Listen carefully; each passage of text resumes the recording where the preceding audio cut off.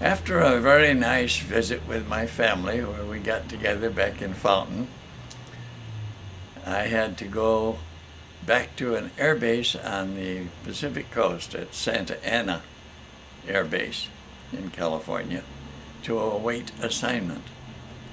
This could take quite a while because there were so many of us right after VJ Day coming back to the States, and they wouldn't have ready assignments available for all of us, so we just had to wait and see what they did with us.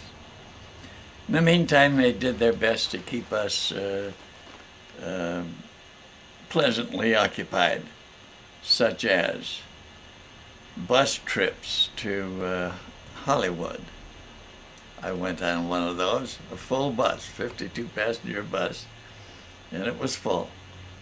And we saw many homes, and there were about 3 or 4 that they had prearranged for the luminaries of the entertainment world that lived there for us to come in and visit briefly.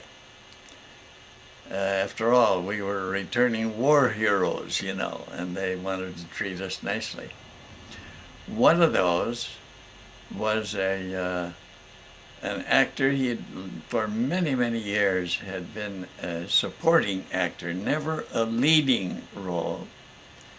His name was Jimmy Gleason, and he was at his pool in his backyard when our bus arrived, and the whole troop came in, and he talked to us all a bit, and then the bus driver, whoever was in charge of us, said, "Okay, back to the bus." And Jimmy said, "Maybe 3 or 4 of you would like to stay and chat a bit.